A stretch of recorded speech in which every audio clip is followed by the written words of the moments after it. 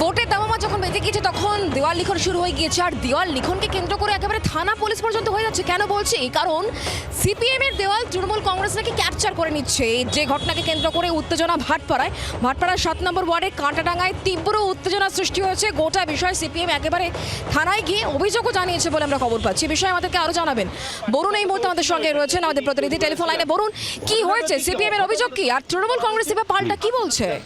দেখো, ভাটপাড়া পৌরসভার বা ভাটপাড়া বিধানসভা অঞ্চলের 7 নম্বর ওয়ার্ড, সেই 7 নম্বর ওয়ার্ডে সিপিএম এর বেশ কিছু দেওয়াল ছিল, যে দেওয়ালগুলোকে কিন্তু একেবারেই দখল করে নেওয়ার অভিযোগ করছে সিপিএম এর তরফ থেকে। যে তৃণমূলের তরফ থেকে সেই দেওয়ালগুলো দীর্ঘদিন ধরে তারা সেই দেওয়াল লিখে আসতো এবং বিভিন্ন সময় সেই দেওয়াল লিখতো, সেই দেওয়াল কিন্তু একেবারেই তারা দখল করে নিচ্ছে এবং সেই অভিযোগ কিন্তু একেবারে ভাটপাড়া থানা পর্যন্ত পৌঁছলো। ভাটপাড়া থানায় অভিযোগ দায়ের করেছে সিপিএম এর তরফ থেকে যে তাদের দেওয়াল রাতের অন্ধকারে টিএমসিপির তরফ থেকে সেই দেওয়াল চুন করে দিয়ে ব্লক করে এবং টিএমসিপি লিখে দেওয়া হচ্ছে, এমনটাই কিন্তু বারবার করে তারা অভিযোগ জানাচ্ছেন।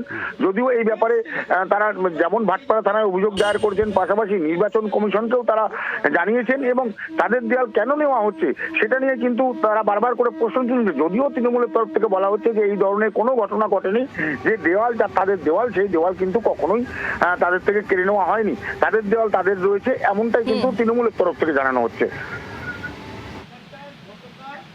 বুঝতে পারছি, তুমি নজর রাখো বরুণ। ধন্যবাদ আমাদের সঙ্গে টেলিফোন লাইনে থাকার জন্য। বাংলার আওয়াজ, বাঙালির আবেগ, জি 24 ঘন্টা।